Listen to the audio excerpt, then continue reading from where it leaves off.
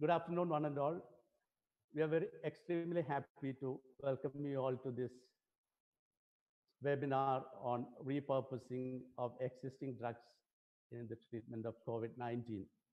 As we all know, for the last 4 months, people around the world is on the lookout for a remedy to combat this pandemic.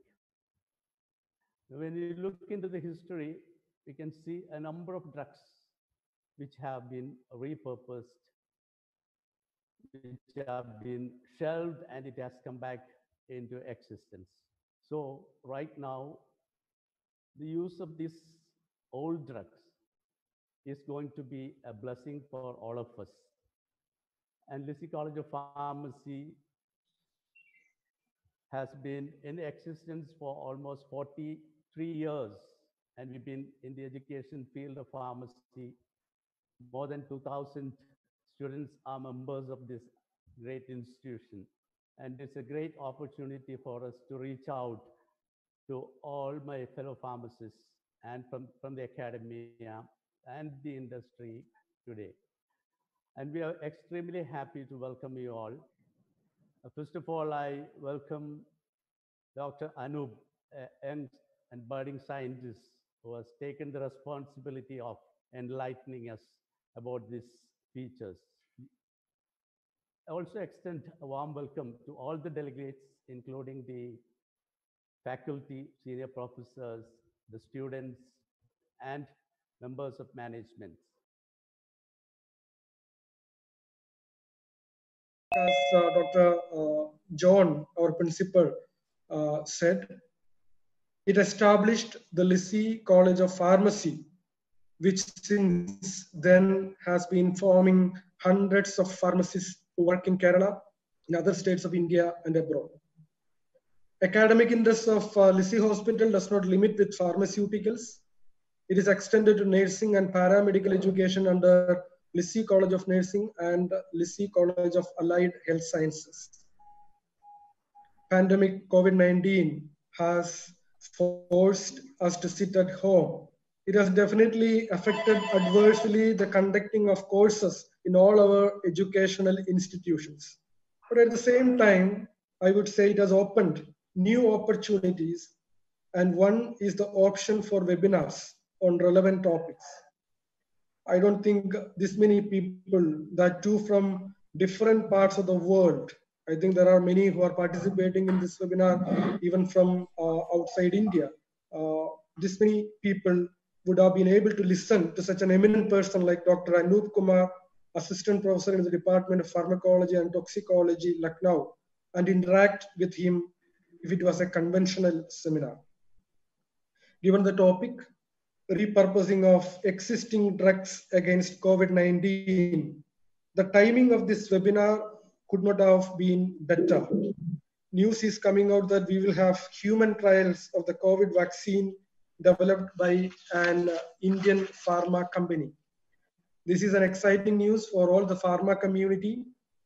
Hope the trials come to a successful end and the vaccine be a remedy for the distress the humanity go through. I have been participating in many war room meetings with doctors and other healthcare workers these days as part of the arrangements to be done in the hospital in the fight against COVID-19. There's a lot of confusion, I would say, among doctors and other healthcare workers regarding the medicines to be used for COVID patients. This sort of confusion is there among all healthcare workers at the level of policy making, treatment, etc. I genuinely hope this session will be a step forward in clearing doubts of healthcare worker community regarding the use of medicines at COVID times. Dear friends, LISI institutions is extremely grateful to Dr. Anup Kumar for accepting our invitation to talk about this very relevant topic. On behalf of our beloved Director, Father Paul Karedan, I wish a very best wish to Dr. Anup for coming up with an insightful session and all the participants to have a very fruitful time today. And with these words, I officially inaugurate this webinar and I would wish stay safe wherever you are. God bless you all. Thank you. Thank you, Father, for your enlightening speech. Now, I would like to invite Dr. Sony Jacob, Assistant Professor, Lisi College of Pharmacy, to introduce the speaker. It's a great pleasure to introduce Dr. Anup Kumar. He is currently working as an assistant professor in Department of Pharmacology and Toxicology, National Institute of Pharmaceutical Education and Research, Naipur, Raebareli, Lucknow. He is also worked as a research scientist in the Department of Medical Affairs and Clinical Research, Sun Pharmaceutical Limited, Gurugram, Haryana, and Translational Health Science Technology, Faridabad. He did his master's in clinical research, Jamia Hamdard University, Delhi, and PhD in pharmacy, Birla Institute of Technology, Mesra Ranchi, as DST Inspire Fellow.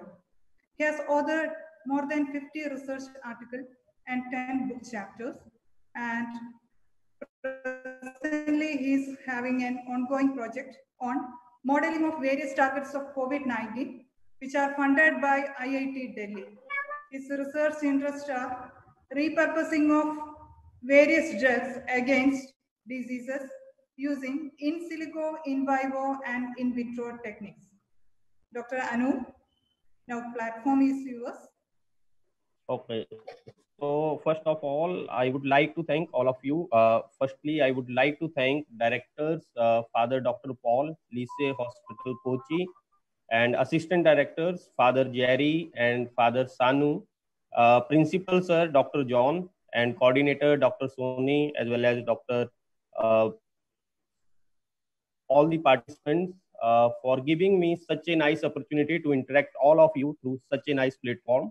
So I hope you all are doing well during this pandemic situations, taking care of yourself as well as your family. So now I am going to start my PPT. First, I would like to share the screen and then. So topic is repurposing of drugs against COVID-19. So why this COVID-19 is so much important, or it has taken so much attention during last couple of months.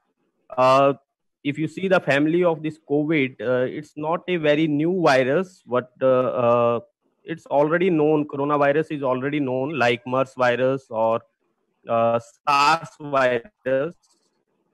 What the reason why this virus is so much important, particularly the first reason is its transmission rate is very high. I hope everyone of you knows about it. The carrier of COVID-19 is also asymptomatic. Without the symptoms, the person can carry the COVID-19 to the other persons, and it's spread very fast. And its incubation period is very small, very long. So that's why it's very much important. And as you know, it's very difficult to put a new chemical entities or test new chemical entities and put into the market, because a lot of you have to do preclinical research, you have to be do the proper clinical trials, and then only you can put new chemical entities into the market. But particularly in pandemic situations like COVID-19, it's not possible to put new chemical entities into the market because it will take long time. So the repurposing or repositioning, some are saying reprofiling, some are saying use of old drugs in a new way. So all are repurposing of drugs against COVID-19. So in the first part of the presentation, I am going to talk about particularly basics of repurposing techniques, what are repositioning or what are reprofiling for any disease. It's a generalized for every disease. What are the techniques? What are the methods? And second part of the presentations, I will going to talk about particularly in the context of COVID-19, how we can repurpose and how much these are promising, or what are the challenges and future perspectives, right? So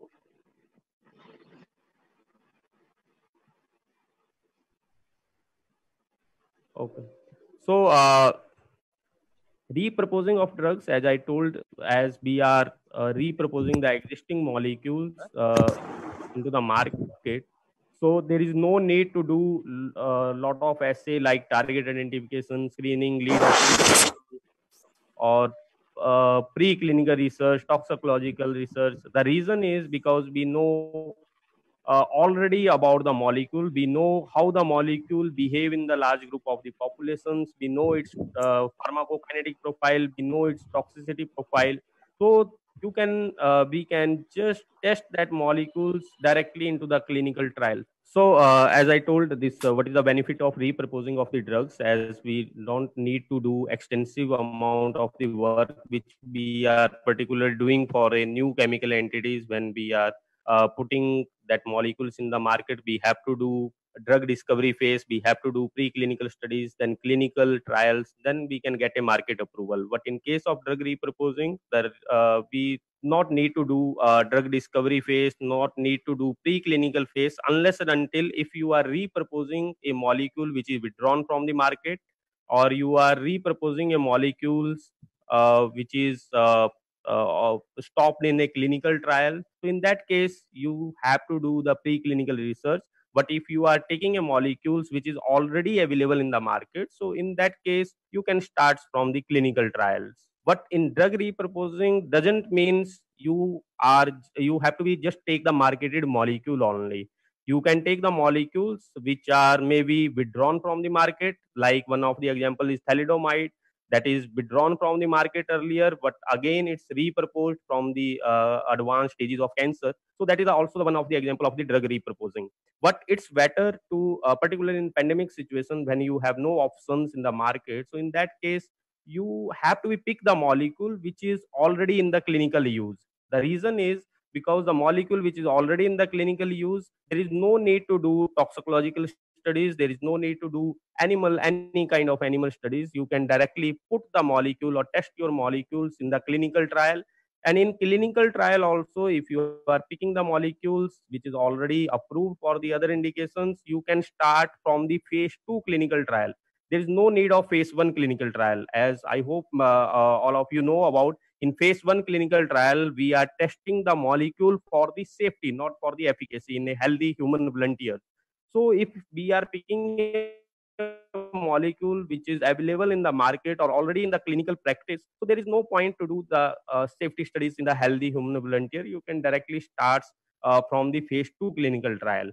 But another thing is you have to be think of at what dose you are going to repurpose. That's very much important.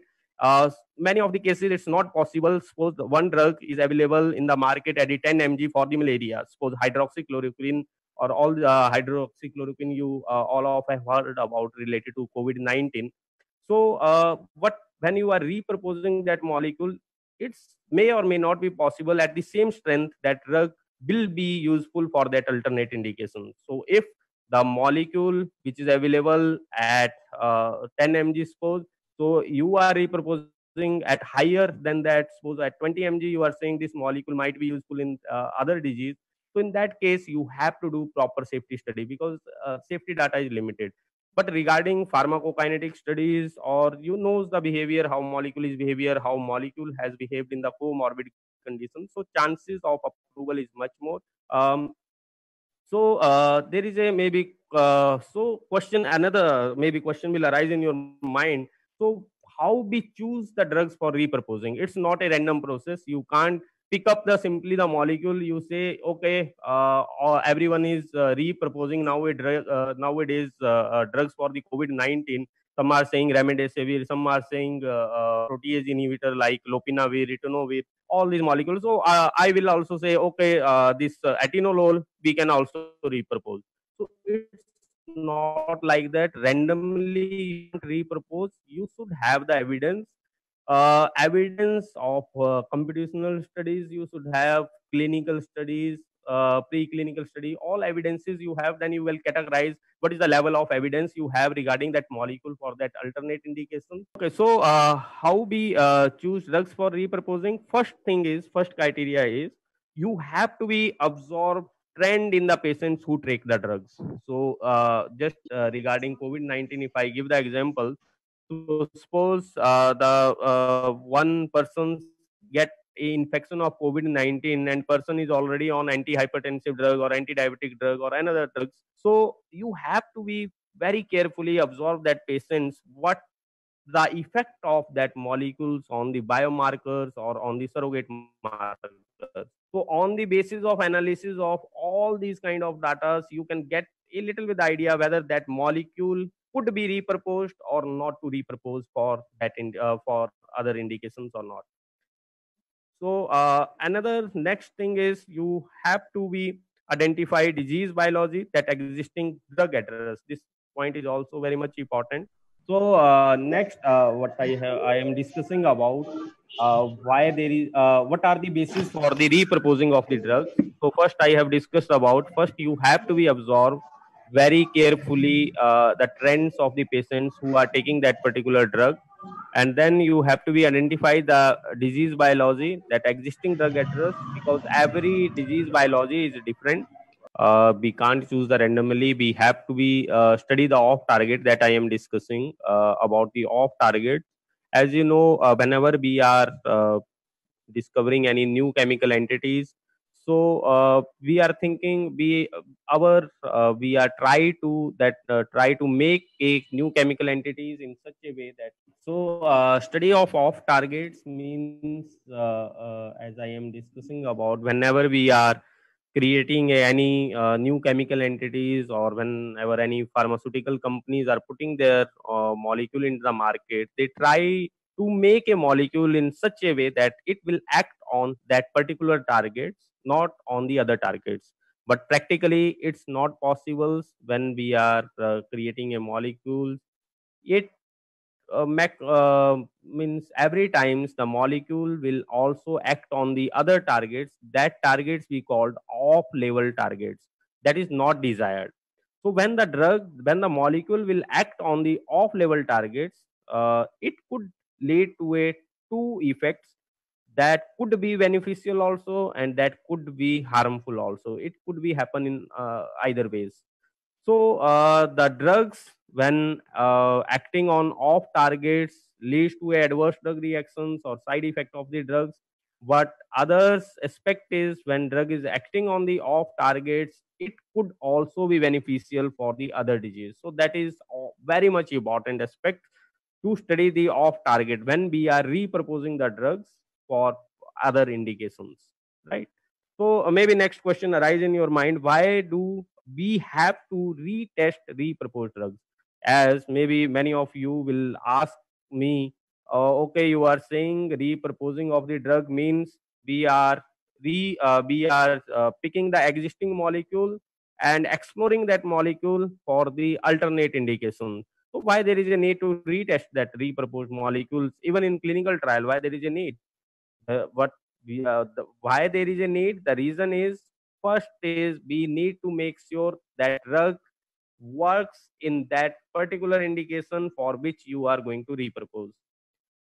Second is the biology and symptoms of a different disease. The different disease have its different biology.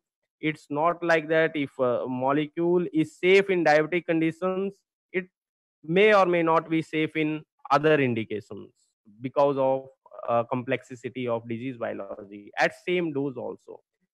Third point is why there is a need to retest the repurposed drug is the required dose may be different. As I discussed earlier also, many times it's happen that molecule which we are repurposing, it will not repurpose at the same strength at which it is available in the market. It could be you have to be increase the dose of that molecule. So if you are increasing a dose of the molecule, so you have to be tested. Otherwise, regulatory authority will not approve your molecules in the market. Another point is why there is a need of retest is you have may interfere because the molecule which you are going to repropose, it could interfere with the current treatment regimens. Because you know the patient is not maximum times patient is not suffering from any one particular conditions. Patient is suffering from multiple conditions, like patients of diabetic is suffering from hypertension also. So there is a comorbid condition. So when you are repurposing a molecule, it doesn't mean you will say this molecule you have to be used alone. So maximum time you have to be use the molecule in combinations with the available molecule. So in that case, there is a chances of drug-drug interaction also. So these are the couple of reasons which indicate the testing of repurposed drugs is important one. So these are the few examples which shows successfully these are repositioned or reprofiled for the alternate indications. They are discovered originally for some other indications, and finally they have reproposed for the new indications. These are the few examples like finasteride. These are original indication is prostate hyperplasia, but it has been observed that during the treatment of prostate hyperplasia, it do the hair growth in the patients. So finally, it is repurposed for the hair loss also. It's available in the market. Methotrexate, minoxidil, hypertension, riloxifene, thalidomide. Thalidomide, everyone have heard. It's a drug which have done one of the biggest medical tragedy in the medical field due to its pocolemia or other birth defects it has done, and it has been withdrawn from the market. But it is an excellent molecule. What unfortunately that incident has been happened, and now this thalidomide has been repurposed for the leprosy or multiple myeloma. So these are the few examples, and you will get from internet or from the books where you will get all these molecules information. So next is, what are the methods for the repurposing of the drugs? I am not talking about COVID. I am talking about in generalized way. First, you have to understand how can repurpose of yourself. Okay, I could also say this molecule could be repurposed for this indication. So what are the methods? These are the some methods by which we are doing the repurposing of the molecule. One is text mining approach is very important approach. Bioinformatics, artificial intelligence, target-based assay, and animal studies. These all will helpful to repurpose the molecule. So first one is text mining approaches. Text mining approaches are the literature-based discovery. You have to see literature. To do a literature in a proper way is very much important in research. Any kind of research, whether you are, if you are repurposing a molecule, means you are doing some kind of research you have to do. So literature plays a significant role, and you have to understand what how to do a proper literature search. So many of us we are, I have seen many students how they are doing the literature search. They just open the Google and just type one or two keywords and just collect the articles. That is not the proper way to do the literature. You have to use specific databases like your PubMed or Medline, where you can put the filter, where you can use the mesh term. A mesh term is medical subject heading, and then you can use combinations of these mesh terms. Then you will find the number of articles. Then you have to sort out how to select the article which are relevant, which are non-relevant. So that you can do simply through PubMed, Medline, or Cochrane, which are available. And by using these Medline or PubMed, you can fit a inclusion and exclusion criteria for the article. And finally, whatever the article specifically related to that molecule, you can get, and then you can read out the full text of these articles, and then you can see the, or you can analyze the results, what is the effect of that molecules in the various biomarkers. Then you will get a sense, okay, this molecule have the ability to repurpose for that indications or not.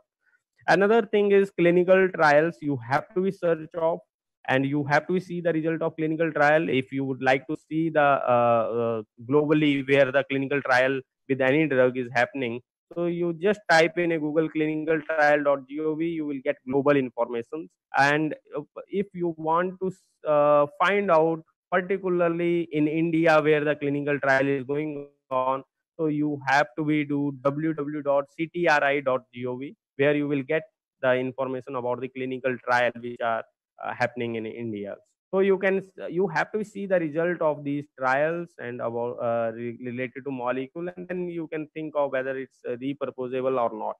Another technique, it's a very important technique, and nowadays due to high computer facilities, supercomputer facilities, people are doing lot of things, and they are repurposing it. Helpful in the repurposing of the drugs. As I told you, these techniques will helpful to identify the off level of the targets. These techniques, now we can do the network analysis. Through network analysis, we can identify the drug target network, we can identify the disease biology, and then we can make a network, and you can get an ideas how many drugs you people get next.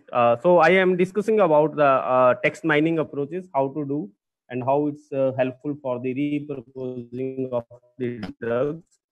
The bioinformatics approaches by which you can do this, and you can think of whether the molecule could be repurposed or not. Another techniques, well-known techniques, are molecular dockings, which through molecular docking you will get an ideas about whether that molecule is able to bind that particular target or not, how much is the binding affinities, and followed by molecular dynamics, you will get what is the stability of that molecules in that active site of the receptor. So screening in repurposing, there are a number of databases are available, freely available databases, where you get a structure of these molecules which are approved in the market. So you can directly extract out these structures, and then you can screen for the targets of that particular disease for which you would like to repurpose that molecules. So docking studies you can do in combinations with molecular dynamics. These are some of the results of docking studies done by Schrödinger's and followed by molecular dynamics. This is the molecule, and this is the amino acids of the active sites, and it's showing how this molecule is interacting in the active sites. And in the active site, what is the stability of the molecule is confirmed by molecular dynamics parameters like RMS, parameters by which you can check of that particular molecule. So in repurposing cases, you have to be use computational technique or docking study if you would like to use. So you have to be select the on level target, not on level target. See, normally what we are doing in computational or docking study, we are synthesizing the molecules in the lab, or we are designing virtually the lot of molecules, and we are screening on the specific target of that disease. But in case of drug repurposing, because you have picked the molecule already from the market, now you are planning to repurpose that molecule for alternate indications. So in that case, you have to do the computational studies on the off level target which is not desired. Then you have to see the interaction, how this molecule is interacting, and what is the binding affinity of that molecules with the off level target, right? So another technique by which we are doing the repurposing of the molecule is artificial intelligence. I hope all of you have heard about this word, artificial intelligence, machine learning. Couple of discussions are going on, and Alexa, Siri in some mobile app, where you have to be asked just Siri, what is the name of the president of India, and it's answering, or self-driving car, many of you have heard. So how artificial intelligence helpful in the healthcare?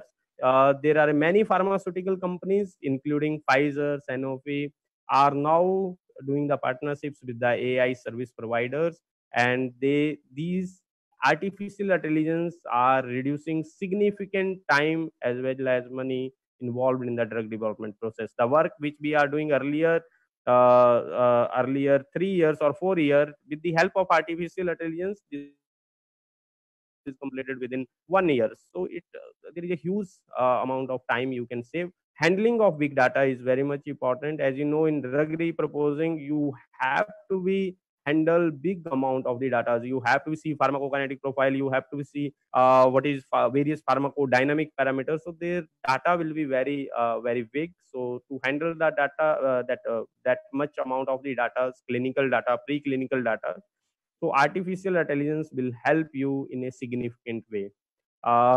If you know the molecule, there is a molecule, biological compound BPM 3150 for the cancer. This is the molecule which is which is developed with the help of artificial intelligence. This is a molecule which is under clinical trial. I think it's in a phase 2 clinical trial for the cancer. So maybe in future, this artificial intelligence will be much more helpful for the drug discovery also. Its application in other areas also, but in drug discovery, it will also play a significant role.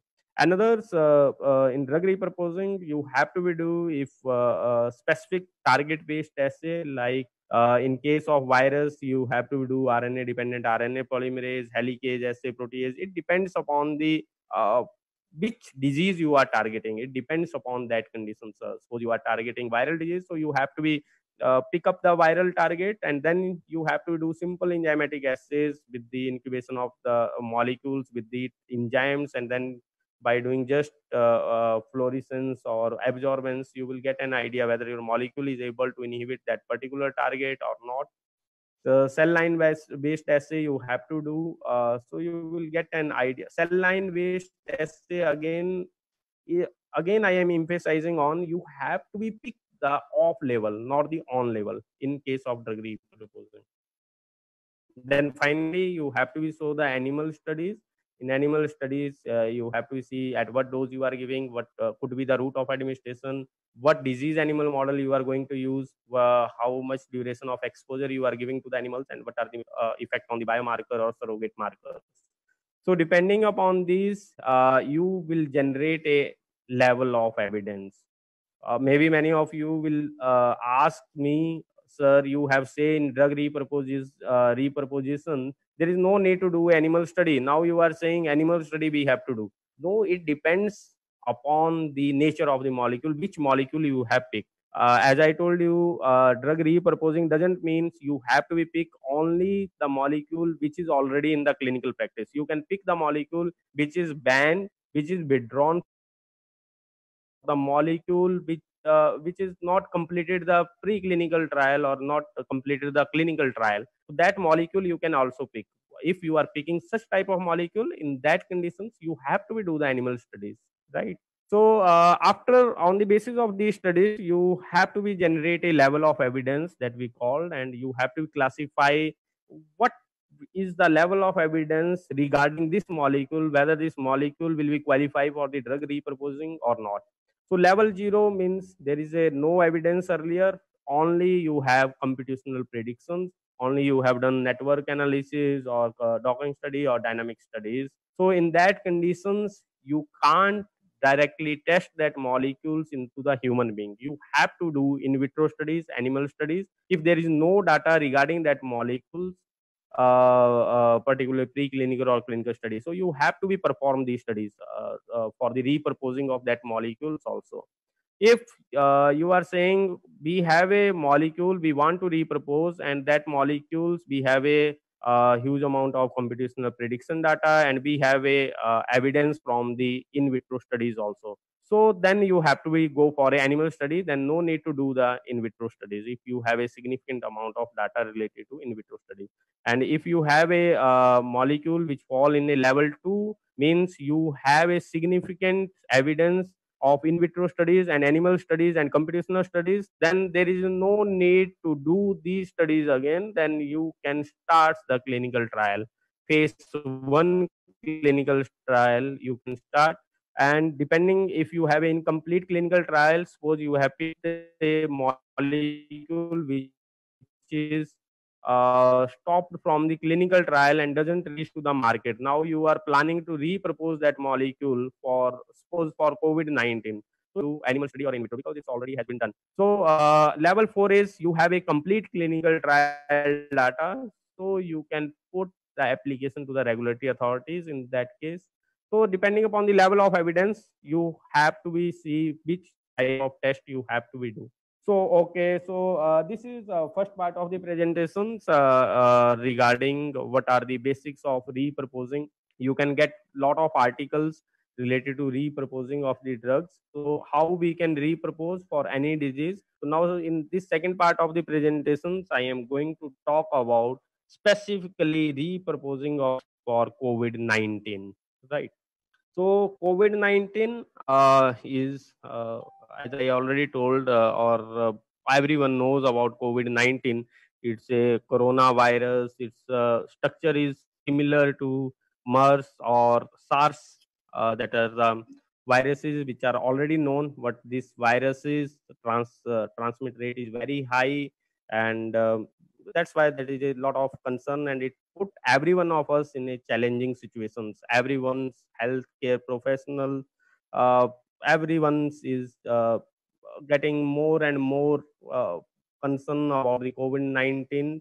So regarding there is a still now there is a no specific treatment is available, no vaccine is available, all are under investigations. You will find that there are a spike proteins, there are a envelope proteins, and there is nucleic acid proteins. So all these proteins, this virus is a positive RNA sense virus and single strand positive sense RNA virus. And particularly this spike protein, if you see closely, this spike protein structure is somewhat related to crown. So that's why it's called, this name is originated from these proteins.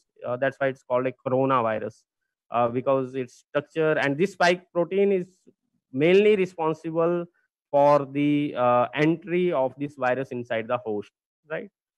So before reproposing of any molecules, we have to understand first how this virus enter, how this virus replicate inside the body. So first, this SARS-CoV-2 virus is attached. These are the host cells. It's attached to the host cell, and in host cells there is a particularly ACE2 receptors and TMP-RS2 or others, which helps in the attachment of this virus, particularly in the lungs. And then this virus release its viral genome, that is a positive sense RNA genomes, and then it goes the translational, then replications of RNA will happen, then transcriptions, and all these will result into the formation of nucleic acid protein, envelope protein, membrane protein, spike protein, and these all proteins will translations in the smooth endoplasmic reticulum. And finally these virus is matured, and through the process of exocytosis these new virions will be formed, and in the bodies it will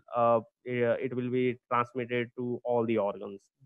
So by looking the how this virus enters into the human, and after enters into the human body, what it do, what are the as you know, these viruses use the human machinery applications. So there are various human target as well as viral target. You can think of there are two types of target which we can target by the new chemical entities, or if you are going to repropose. One targets are the target which are host target, means the target which are available in our body, and another targets are the viral target which are specifically in the virus, not in the human body. So it's always advisable to target the viral specific target. The reason is when, because if we are targeting human target or host enzyme target, so there is a chances of adverse effects, there is a chances of more adverse effect, because that host enzymes or host target will be helpful in the other conditions, or they are maintaining body homeostasis or other function of the bodies, and if we are inhibiting it could result into a adverse drug reaction. So yeah, these in repurposing, first you have to understand how this virus, then you can think of what are the available drugs or what molecules we can repurpose. So I hope every one of you have heard about chloroquine, hydroxychloroquine, which is we are repurposing for the COVID-19. So this virus, as I told you, there is a spike protein which particularly attached with the host cells, and there is a transmembrane proteases serine which do the breakdown of spike protein into two form, S1 and S2. S1 is attached to ACE2.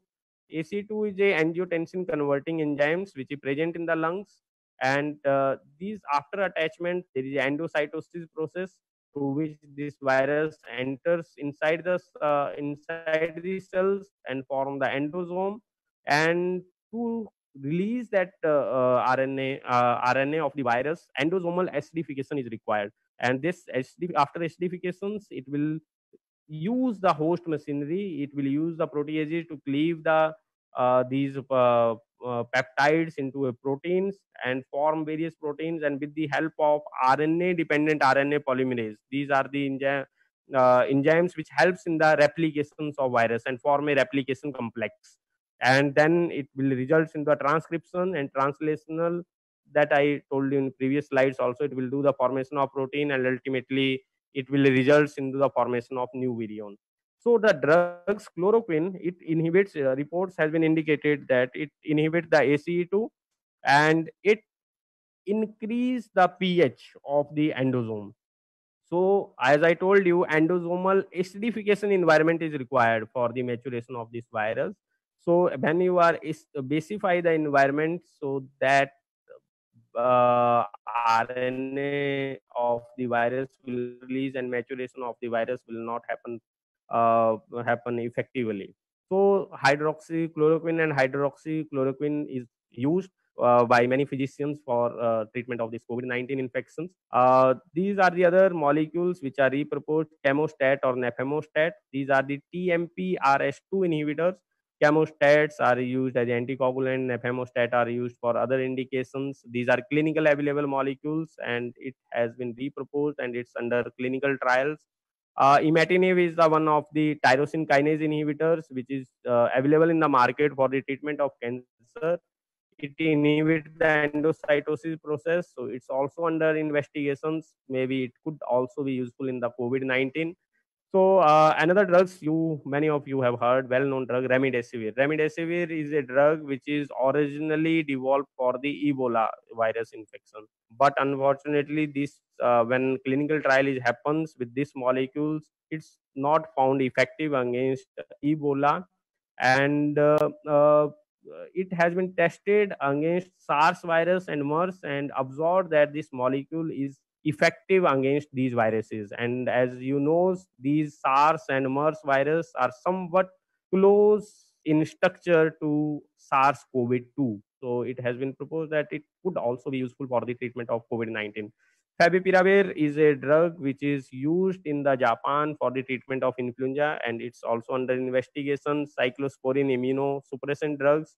So these there is a interferons also, because ultimately these in serious conditions, this virus leads to a release of excess of cytokines, and results in the death of the patients due to cytokine storm.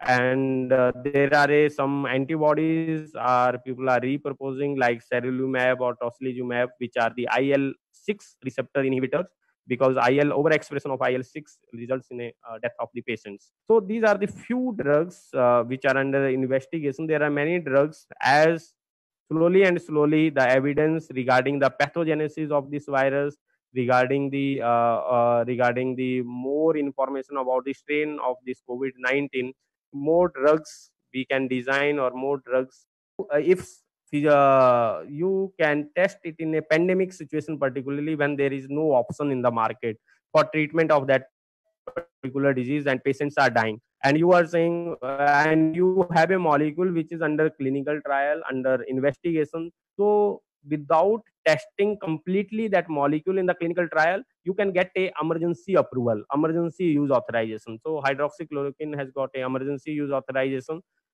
This remdesivir also got a emergency use authorizations, but recently in June 2020, this is revoked by the FDA due to uh, severe adverse drug reactions of hydroxychloroquine or chloroquine. Chloroquine specifically related to a cardiac arrest, cardiac arrhythmia. It has been observed that patients are not died due to COVID-19, but patient is died due to medicines. And dying due to medicines is completely unacceptable, as we are creating a medicine for benefit of the patients. But yes, we don't have any option that time, so we have used. But as the evidence generated, so opinion has been changed, and FDA has revoked. The FDA has said no, it's not useful.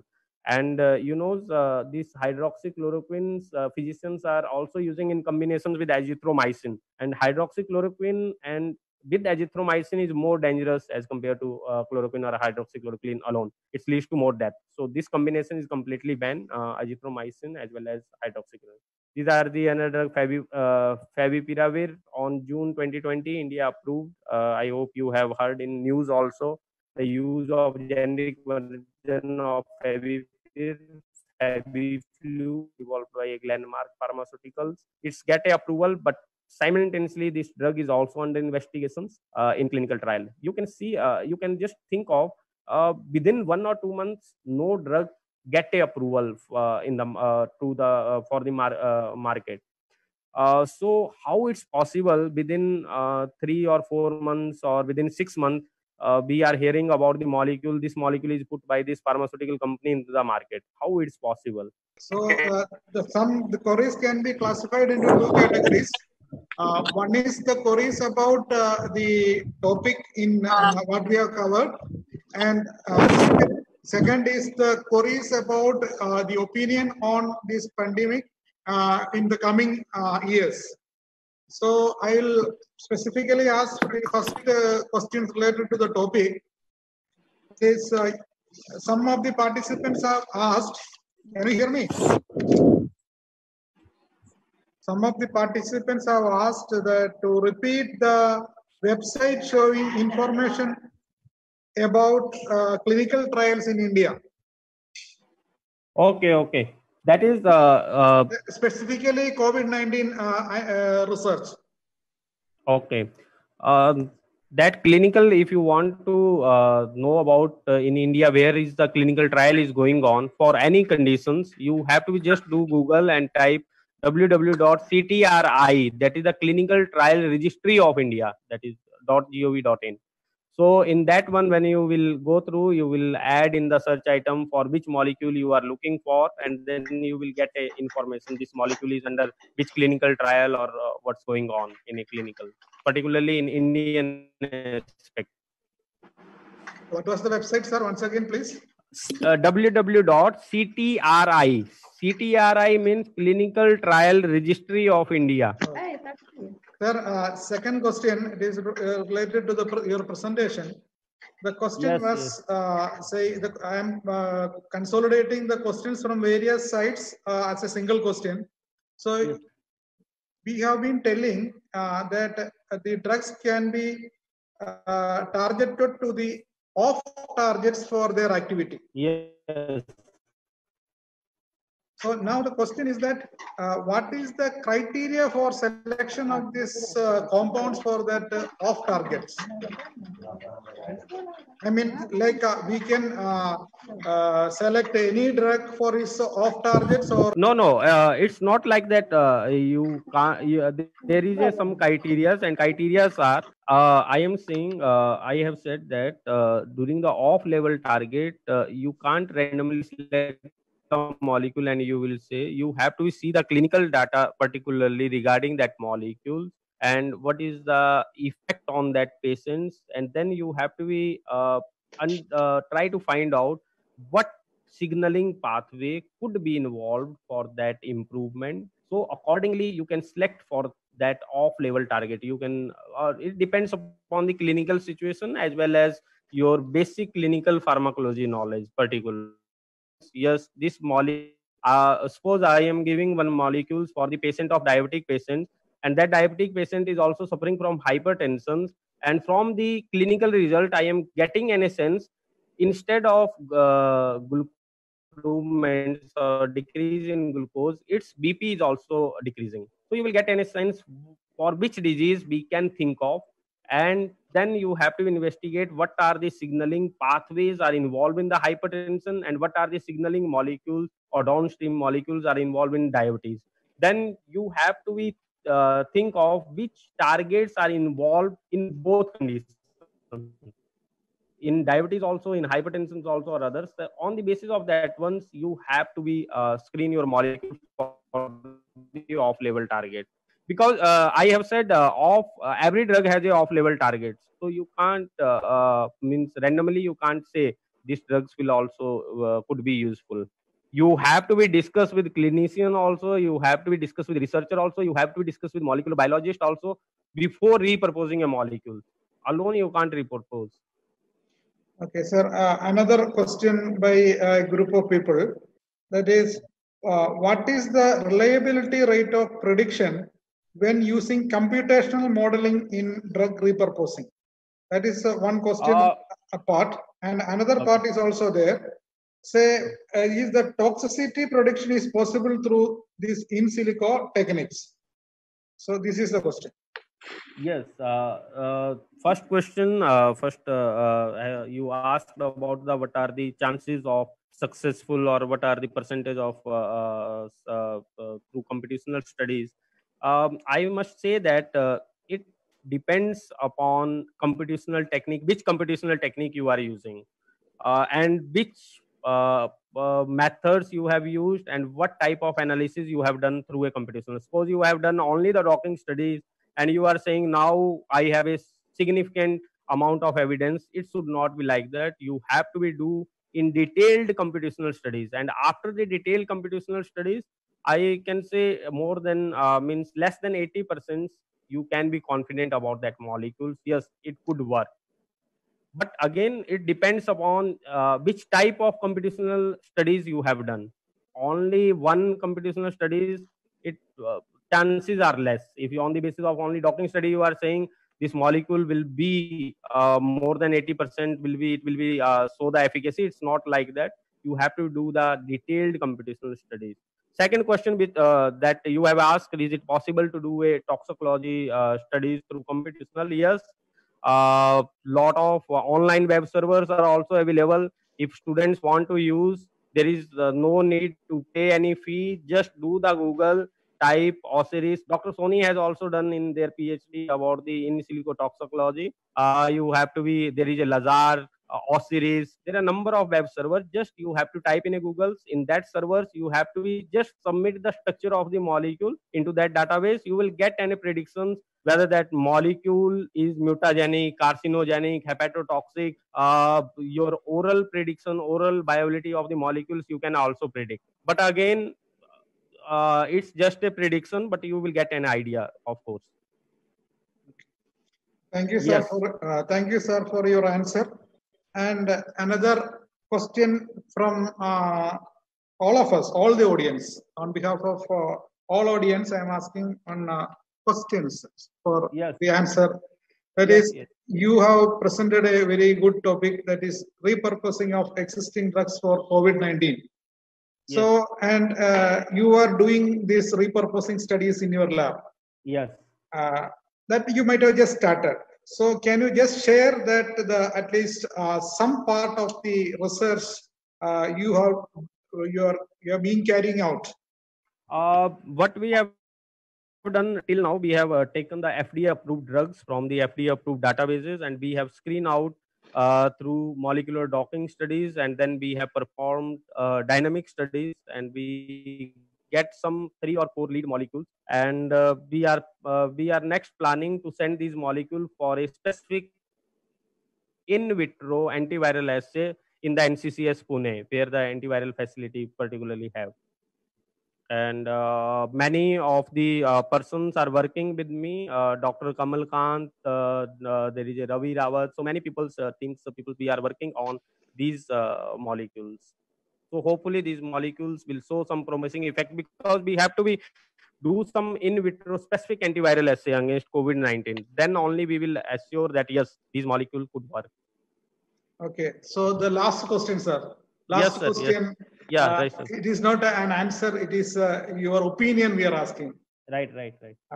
Okay. On behalf of audience, I am asking, sir, in your opinion, after this pandemic comes to a close, however long that may be, what should be the first step we as a global community take so that we are better prepared for the next pandemic?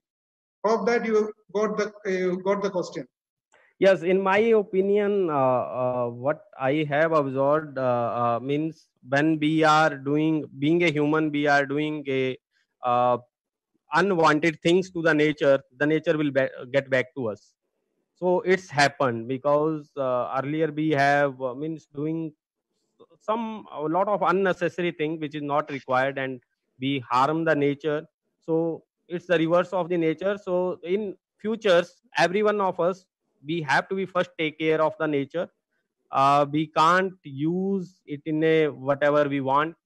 We have to take care of the nature, then nature will take care of ourselves also. And these kind of viruses will come, means now it's a corona, maybe after 1 year another virus will come. So we have to learn to live with all these pandemic situation, how we have to live, and how we can control these type of situations. Okay, thank you, Dr. Anup, for your answers. On behalf of all audience, I thank you for the answers and your opinion. Thank you, sir. So, thank you, sir, very much. Thank you, sir. Now I would like to call upon Mrs. Anita Abraham, lecturer, Lisi College of Pharmacy, to deliver the vote of thanks. Good evening, everybody. Respected Reverend Father Dr. Paul Carradine, Director, Lisi Medical and Educational Institutions, Assistant Directors, Reverend Father Jerry Pornyaliath, Reverend Father Shanu Munyeli, Professor Dr. John Joseph, Principal, Lisi College of Pharmacy, and our speaker of the day, Dr. Anup Kumar, my colleagues and all the participants present here. I deem it as a great honor to propose vote of thanks to all those who have helped us in making this webinar a resounding success. First of all, I thank the Almighty God for making this day possible. I propose my sincere thanks to Reverend Father Paul Carradine, Director, Lisi Medical Institutions, for being a strong pillar of support for everything we are conducting and organizing. We are fortunate to have here Reverend Father Jerry Pornyaliath, Assistant Director, Lisi Medical and Educational Institution, to inaugurate this webinar. Thank you, Father, for taking some time out of your busy schedule and gracing this occasion. Your inaugural address was thought-provoking and interesting. I take this opportunity to give special thanks to Dr. Anup Kumar for the excellent presentation on the topic repurposing of existing drugs against COVID-19. In the current scenario, while we await for the release of these relevant and useful. On behalf of Lisi College of Pharmacy, I extend our sincere thanks to you, sir, for sharing your knowledge. Also, I extend our thanks to the host institution, Nipper, Lucknow. I would like to extend my thanks to the Assistant Director, Shanu Munjeli, also for his moral support. I would like to express my profound gratitude to Professor Dr. John Joseph for the strong support and guidance to make this webinar possible. Also, I propose my special thanks to Dr. Jinu Isaac for moderating the session and all the efforts he has taken to organize this webinar. The coordinators, Ms. Julie Kurian, Dr. Sonny Jacob, Mr. Ronald Peter, deserve special mention because you all have put in a tremendous amount of effort to make this webinar a reality. My sincere thanks to the IT department and communication department of Lisi Medical and Educational Institution for all the technical support provided by them. I also extend my gratitude to all the faculty members of Lisi College of Pharmacy who have made this webinar a grand success. Last but not the least, I would like to express my sincere thanks to various institutions and the wonderful participants who have turned up in such great numbers, making this event a grand success. Thank you all once again for your wholehearted cooperation. Thank you. Thank you. Thank you, ma'am. Thank you very much. Thank you, ma'am. So we came to an end of the session. Thank you all for your active participation. So all are requested to fill up a feedback form, which will be available in your WhatsApp group. Accordingly, an e-certificate will be sent to your registered email address in a week's time. Once again, thank you all for joining us for this webinar. Stay safe, stay healthy. Thank you.